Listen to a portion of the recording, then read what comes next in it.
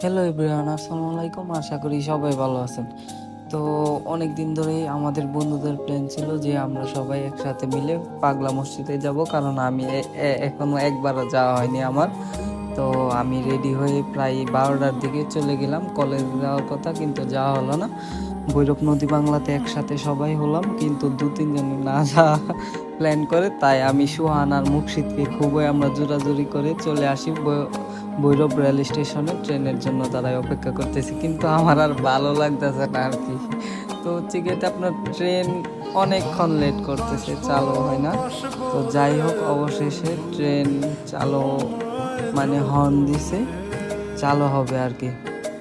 তো এই যে দেখেন আমি কি খুশি, মানে উচ্ছ্বসিত আছি আর কি। আপনার বন্ধুরা মিলে মানে এগুলো আসলে একটা স্মৃতি, এগুলা স্মৃতি। এই আজকে অতীত, আজকের বর্তমান, কালকের অতীত আর কি।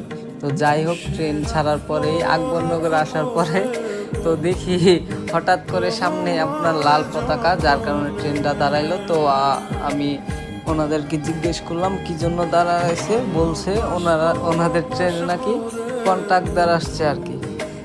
তো যাই হোক, কন্ট্রাক্টর নেমে গেল, তারপর আবার ট্রেন চললো, ট্রেন ছেড়ে দিল।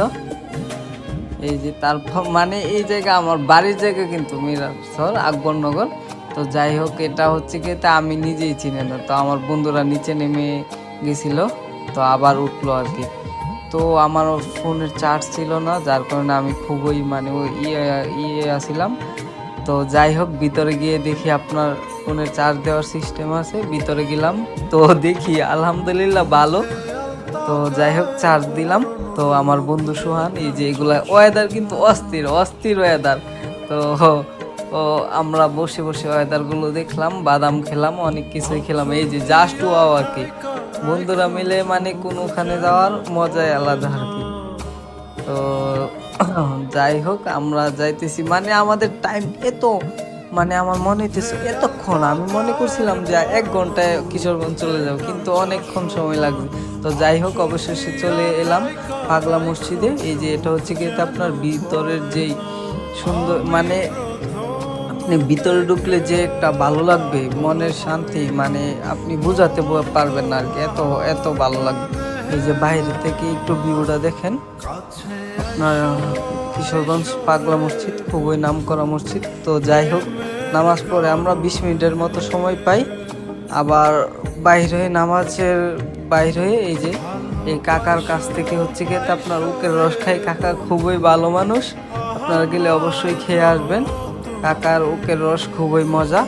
তো যাই হোক, আবার সাথে সাথে গাড়িতে উঠে গেলাম, উঠে গিয়ে দেখি ভিড়, কিন্তু আর ট্রেনের সময় রয়েছে হচ্ছে গিয়ে আর মাত্র 20 মিনিট। তো 20 মিনিটের মধ্যে যাই হোক যেতে হবে আমাদের। তো আপনার এই যে এসে দেখি আমাদের জন্য ট্রেন অপেক্ষা করতেছে। তো তো যাই হোক, আলহামদুলিল্লাহ অবশেষে পেয়ে গেলাম ট্রেনটা। তো আলহামদুলিল্লাহ, আল্লাহর কাছে অনেক শুক্রিয়া। যত মানে আমরা ভাবতেও পারি না, 1 ঘন্টার ভিতরে আমরা আসা যাওয়া করেছি আর কি। তারপরে নামাজ, খাওয়া দাওয়া সব কিছু কমপ্লিট করে আবারও এসে পড়লাম। তো আমরা আরও 10 মিনিট সময় পেয়েছি, এই দাঁড়াইলাম, এই ভিডিও করলাম, আবহাওয়ার যে প্রকৃতির যে সুবাসটা এটা নিলাম। তো বন্ধুদের ঘোরার মজাই আলাদা। তো অবশেষে আমাদের ট্রেনটা ছাড়বে, এই যে ছেড়ে দিল। তারপর আস্তে আস্তে আমরা মানিকখালী স্টেশনে এসে পড়লাম, কিন্তু আমার অনেক ইচ্ছে ছিল যে আমি ট্রেনের ছাদে উঠে আসবো আর কি।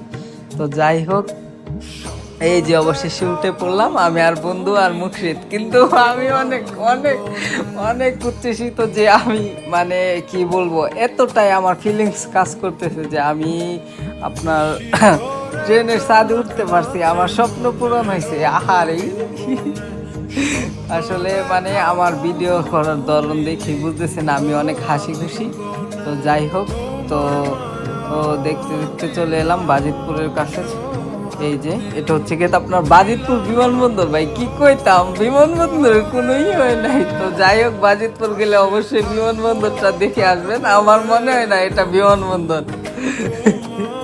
আবার বাজিতপুর জেলা দাবি করে।